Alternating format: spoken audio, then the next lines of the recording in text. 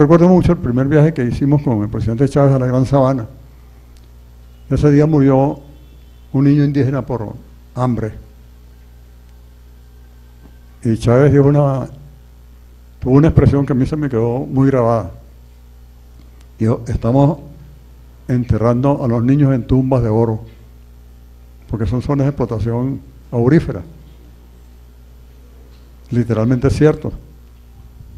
Entonces, el gran problema que se plantea a Sudamérica es cómo, en primer lugar, trazar una política común y realizar un esfuerzo común para el mejor aprovechamiento de esos recursos. Comenzando por una extracción racional, porque para los grandes consorcios lo que le interesa no es el ambiente ni la población, le interesa su ganancia. Y mientras menos gastos tengan en conservar el ambiente y en favorecer a las poblaciones, bueno, mayor ganancia para ellos. Pero sobre todo, el interés de ellos es bajar regalías y bajar impuestos. En la medida en que bajan las regalías y los impuestos, eso se transforma en superganancias para ellos.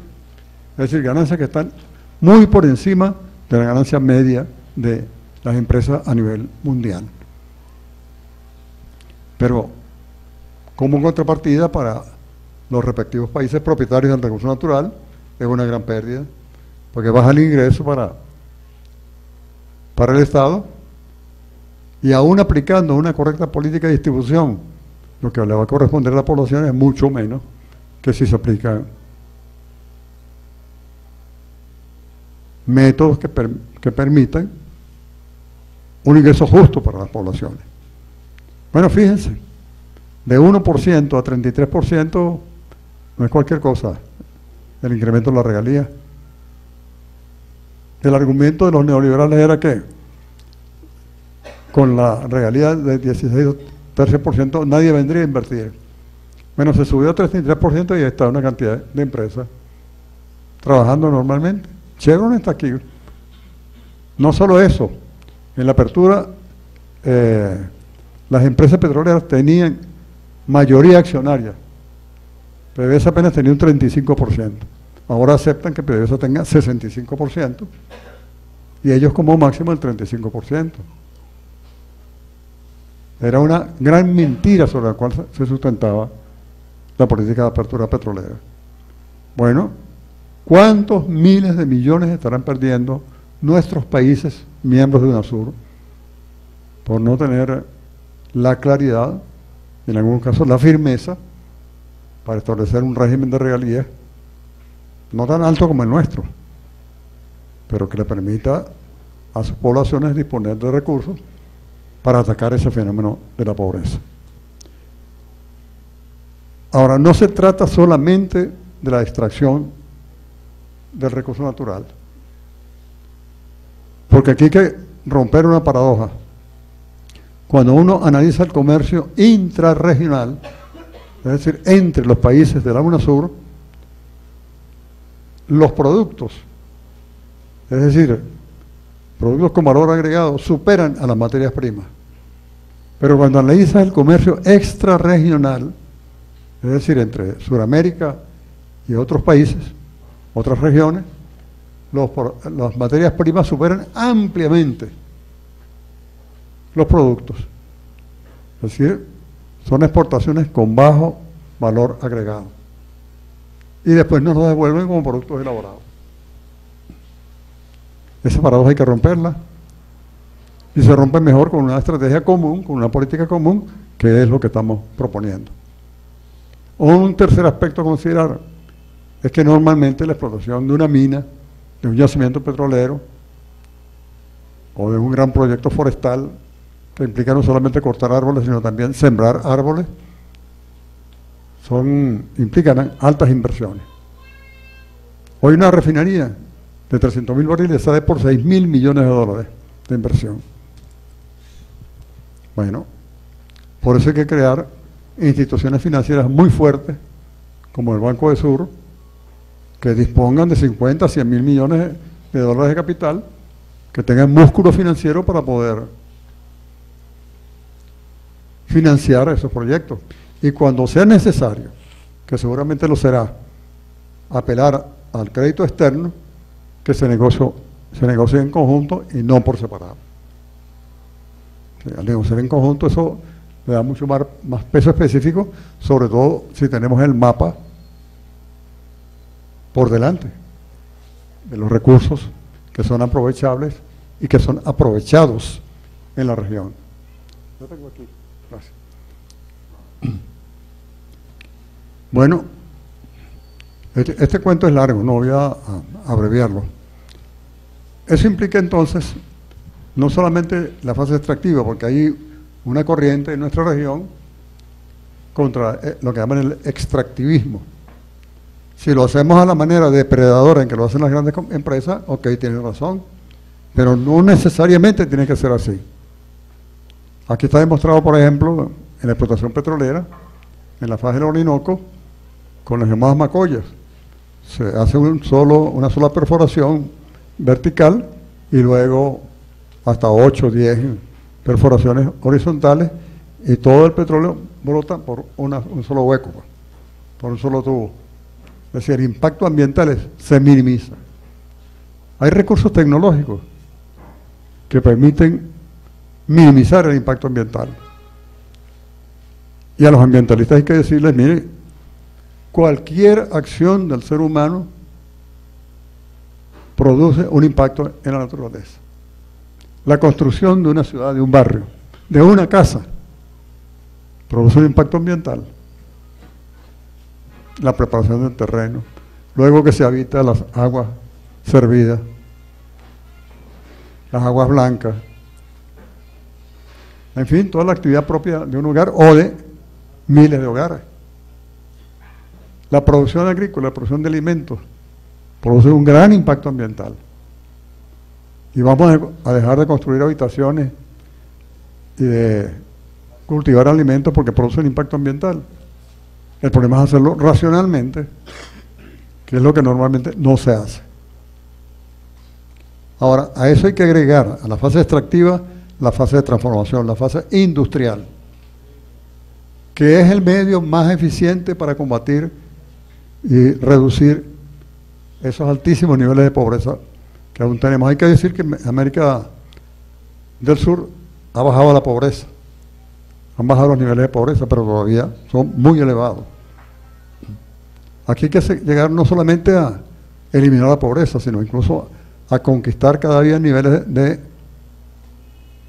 calidad de vida mayores, lo que llaman nuestros hermanos bolivianos el buen vivir. No es vivir en la abundancia, en la riqueza, pero vivir dignamente. Entonces, eso implica, como ya les decía, no solamente ponerse de acuerdo, no solamente el financiamiento, sino que requiere un vasto desarrollo tecnológico, incrementar la productividad, no solo con propósitos económicos para reducir el tiempo de trabajo necesario para producir cada vez mayor cantidad de productos, sino sobre todo para aliviar el peso que representa el trabajo para cualquier minero, para cualquier trabajador petrolero o para cualquier trabajador agrícola o de cualquier sector de la economía. Entonces, por eso estamos proponiendo la creación de un instituto suramericano de altos estudios y un instituto suramericano de tecnología, así como estamos proponiendo la creación también del Servicio Geológico Suramericano. Porque hay un absurdo. Cuando uno va a buscar ciertos datos, no los consigue aquí. Tiene que ir al Servicio Geológico Norteamericano, que sí tiene todos esos datos. Alguien me comentó, yo no he verificado, que había un acuerdo que hacía obligatorio enviar todos los datos a ese servicio en Estados Unidos. Que cuesta crear nuestro propio servicio. Esa es una de las propuestas que tenemos. De manera que vaya mejorando el nivel de conocimiento de los potenciales de la región, vayan surgiendo bases para la planificación y para el desarrollo de esos potenciales, porque basta con pensar por un momento, soñando por un momento, algo que puede ser perfectamente una realidad, el día en que tengamos ese mapa al cual hice referencia, donde estén georreferenciados todos los yacimientos mineros, los que están en explotación, quiénes lo explotan, en qué condiciones lo explotan, que además se le dé participación a las comunidades a la hora de tomar decisiones para la explotación de un yacimiento minero. ¿Cómo está la normativa, por ejemplo, en los aspectos ambientales? En fin, acuerdos integrales que permitan, tanto en la fase extractiva como en la fase de transformación, aplicar tecnologías y aplicar normativas que garanticen el mínimo impacto en la naturaleza y, en consecuencia, la preservación del ambiente. En fin, pues el cuento es muy largo, pero eso es para darle una idea muy general de por dónde va UNASUR. Debo terminar diciendo que esta es una unidad en la diversidad, porque no todos los miembros de UNASUR piensan igual, ni aplican las mismas políticas. Hay quienes se sienten más inclinados con las políticas neoliberales, en contraste, por ejemplo, con nosotros, que las hemos enfrentado abiertamente. Pero ya son un problema de cada país, respetando su soberanía. Lo que nos une entonces es el común denominador, el interés de la unidad, lo que a veces provoca ciertas tormentas internas, pero sobre todo, creo yo, por un vacío que hay que llenar en UNASUR. Y es un problema de metodología. Los debates no se centran en la elaboración de una estrategia. Sobre eso estoy escribiendo ahora para mandar a circular el documento. Y los jefes de Estado deberían reunirse para discutir antes que nada las políticas, para dónde vamos y cómo vamos. Y buscar el común denominador. Por una razón elemental, la tierra no es ni de izquierda ni de derecha, la tierra es la tierra.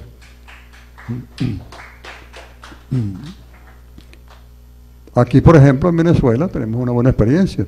Han habido regímenes de derecha, de izquierda, incluso dictaduras, que al ver uno la historia petrolera desde 1914 hasta hoy, fue una progresión, salvo el bache de la apertura petrolera.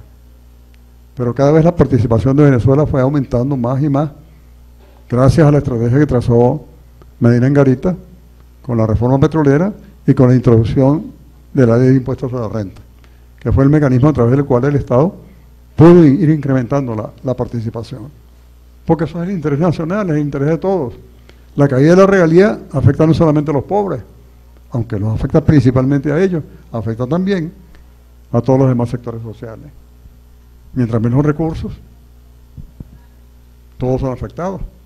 ¿Qué se distribuye si el ingreso te cae, suponte tú, de 100.000 millones de dólares a 20.000 millones? Eso pasó en los últimos años de la Cuarta República, por la apertura petrolera, que tuvo su parte positiva, que fue facilitar el triunfo de Hugo Chávez. Así que bueno, por ahí vamos. Creo que hoy las condiciones son mucho más favorables que aquellas en las cuales Bolívar intentó el Congreso Anfictiónico de Panamá, que además hay mayor conciencia en los pueblos, y esa mayor conciencia fue lo que determinó que surgiera un nuevo liderazgo, que surgiera un Chávez, que surgiera un Lula, un Kirchner, un Evo, un Correa, y eso se expresa en estos procesos. Yo veo con un racional optimismo el futuro de la Unión Suramericana. Pero para eso es muy importante que expliquemos estas cosas ante el pueblo, el interés fundamental de los pueblos en esto, y ahí sí tenemos una falla enorme. Sí, no tenemos una política comunicacional. Y por eso creo que debemos apoyarnos sobre todo en la juventud. Y dentro de la juventud, en el sector estudiantil, que es el que, por razones elementales, tiene mayor facilidad de difusión de un mensaje. Así que ustedes jóvenes, reúnanse con los jóvenes estudiantes para ayudar en esta tarea. Gracias.